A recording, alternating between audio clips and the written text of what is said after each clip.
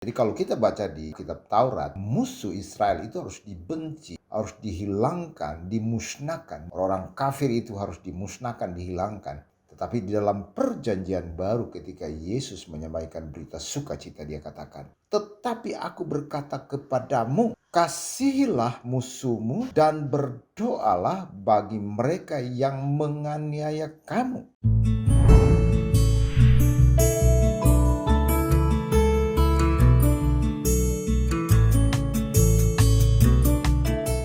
Masih dalam pengenalan akan Yesus Kristus sebagai Tuhan dan Juru Selamat. Sekali lagi, saya ingin tegaskan bagi Anda, Yesuslah jalan satu-satunya menuju Bapa. Ketika 2000 tahun yang lalu, orang-orang Israel terus berupaya untuk mencari kedamaian melalui hukum Taurat. Mereka tidak pernah menemukan itu. Sebab mereka adalah manusia yang berdosa, sedangkan hukum Taurat itu sifatnya rohani. Mereka tidak bisa menjalankan semua hukum yang ada di dalam hukum Taurat. Ada 613 aturan-aturan yang tidak bisa dilaksanakan.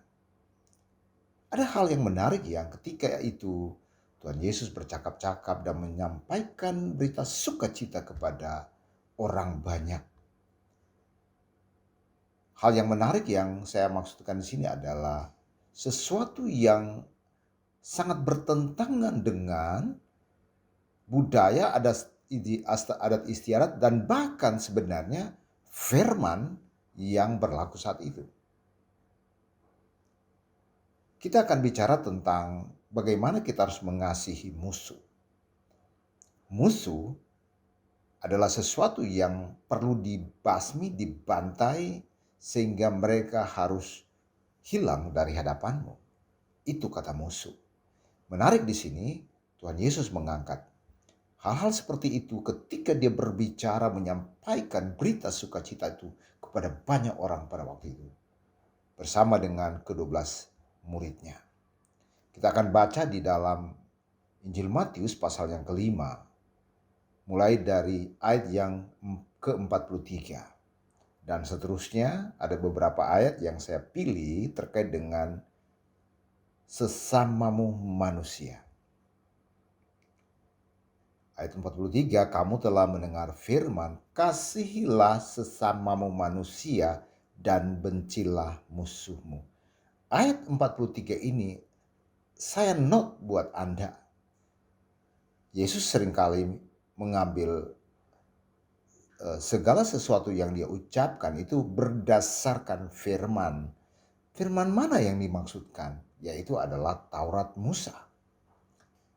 Itu ya, ketika Allah Yahweh waktu itu memberikan firman, perintah kepada Musa. Dia katakan, bencilah musuhmu. Jadi kalau kita baca di kitab-kitab Taurat, yang namanya musuh Israel itu harus dibenci, harus dihilangkan, dimusnahkan musuh itu.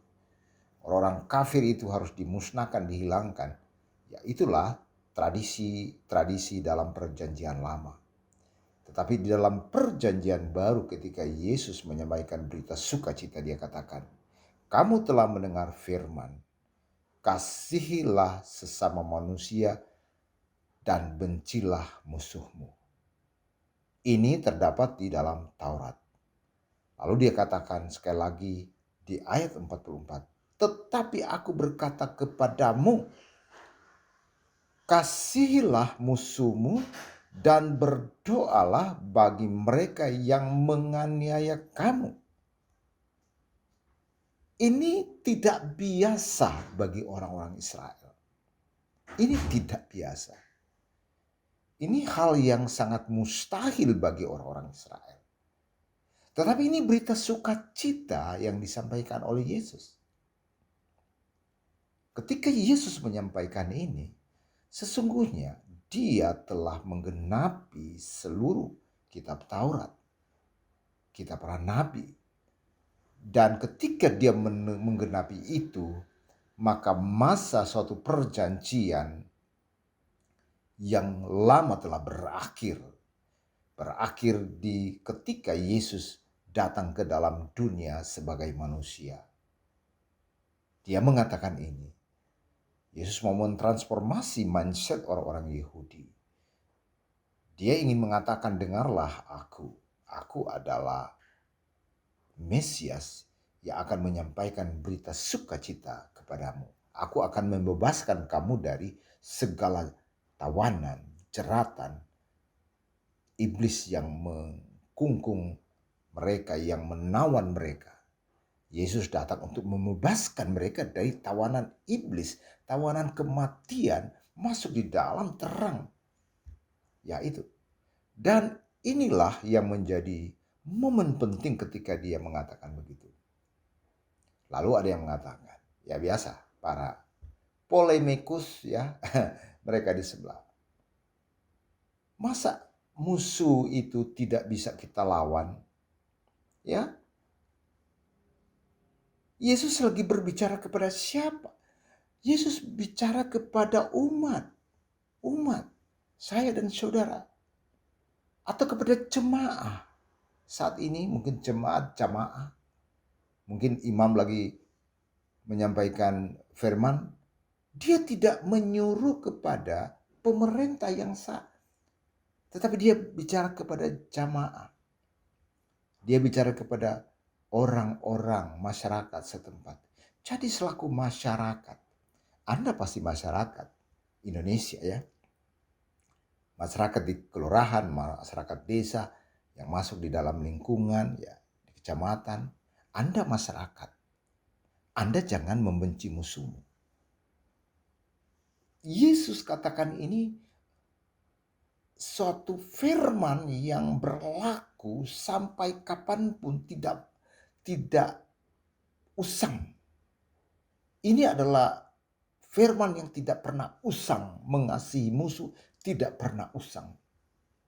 Ya, tidak pernah usang. Banyak ayat-ayat firman Tuhan ya yang dikategorikan inilah firman Tuhan. Usang sampai saat ini tidak berlaku karena usang. Kenapa? Zaman yang membatalkan semuanya itu. Ya. Contoh yang membatalkan terkait dengan hukum ya, hukum gantung, hukum cambuk ya. Itu mestinya batal demi hukum negara ya.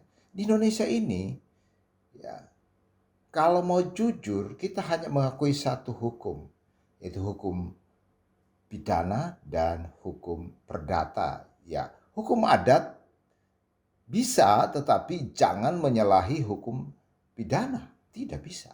Hukum tertinggi di negara kita untuk mengatur masalah sosial kemasyarakatan.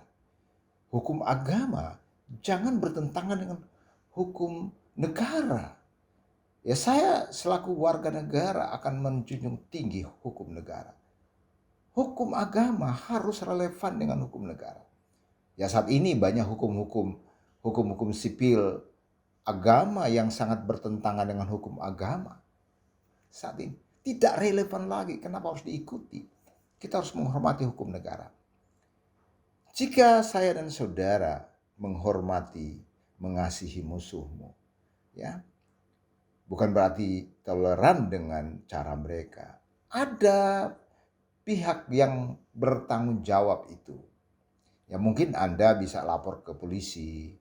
Ya, jangan Anda melawan atau terjadi bentrokan massa. Ini Yesus menyampaikan ini agar tidak terjadi bentrokan massa dua pihak. Seringkali terjadi bentrokan massa dua pihak. Sebab masih ada hukum-hukum sipil yang lalu yang membabi buta, ya, saling membunuh karena dianjurkan oleh agama. Nah, ini tidak benar. Jadi inilah yang harus kita ikuti.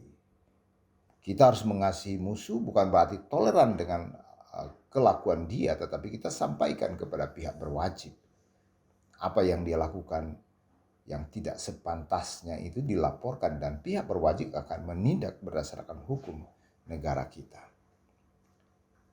Inilah yang saya maksudkan.